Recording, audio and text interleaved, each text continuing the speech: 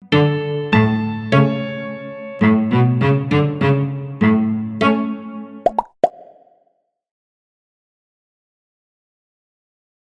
then pulling all of that stuff together, so you have 4 little boxes then, so you literally have like brought it down, brought it down, brought it down, brought it down, and then bring it into a promise. So this is Baptist Care in a T.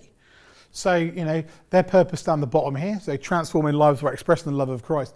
Now, interestingly, when it was BCS, Baptist Community Services, it was very much, you know, it was like, you know, serving people and servitude and, you know, and it was very, very religious all the way through. When we've gone through and audited the brand and talked to everybody in there, we found in about a third of the company were Baptists.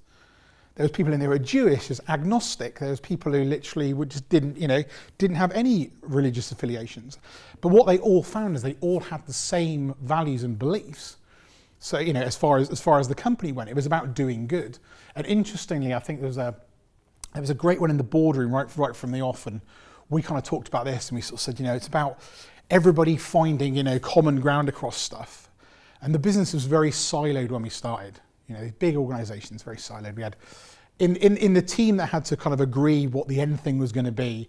There was the board, there was a senior leadership team, there was a senior management team, and there was a Marcoms department. So all in all, every time I went in there and had to present, there was about 40, 50 people who all had to agree on stuff. And you just go, oh, it's going to be a nightmare. And I kind of said this idea of like, look, we're going to get everybody to agree on stuff. And someone perched that right at the beginning and said, well, I'll tell you right now, you'll never get anybody in this company to all agree on the same thing. And I said, okay, well, everybody put their hands up in the end now. And you put your hand down if you believe that Baptist Care is an organisation that does or attempts to do good.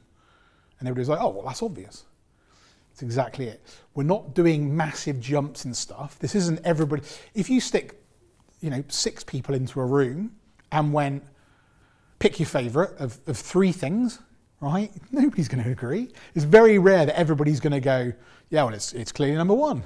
It just doesn't work, which is the problem with the original process we talked about.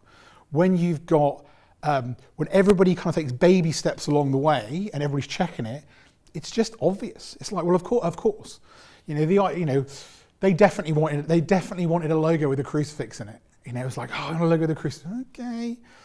Is that important? And when we kind of like started doing the brand and started going through, people start letting those presumptions kind of go, and they literally just kind of go along with it. It's a big learning curve to go through it. So respect values we kind of talked about. You know, what was their vision? What were they going to become? Were they going to become the trusted name in life transforming care? And life transforming for them was it was really interesting, because what we kind of realised is, going out and seeing people, life transforming wasn't necessarily about, you know, we're going to get you out of that wheelchair and walk in again. It might be we're going to get a wheelchair ramp or a lift, or, you know, it's small things that made a massive difference in people's lives, and that's how they could kind of move their lives along. The positioning was that, you know, the leaders in life transforming client-centered care. So the idea as well that kind of going, the client's at the center of it, which again, loads of people are saying, but nobody was really doing. So it's like their approach for how they kind of, you know, handle each client.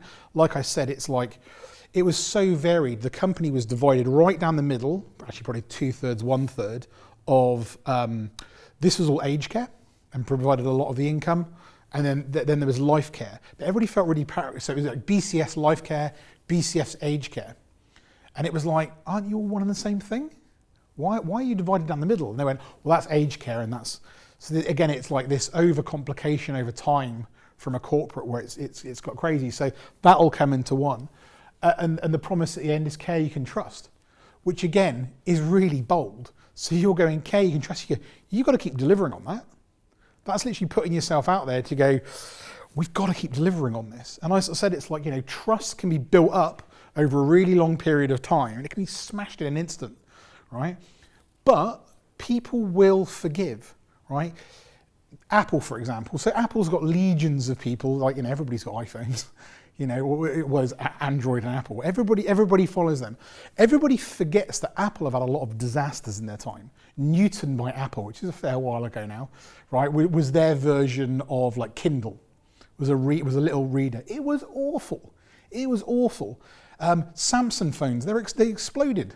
You literally had a phone that exploded and caught on fire. People forgive them though. It's a blip, because what people are doing is they understand what the companies are doing and they're willing to let it go, say with Apple, because they kind of go, yeah, but they were just trying something new. Because they've stuck to who they're about, they're not diverting all over the place.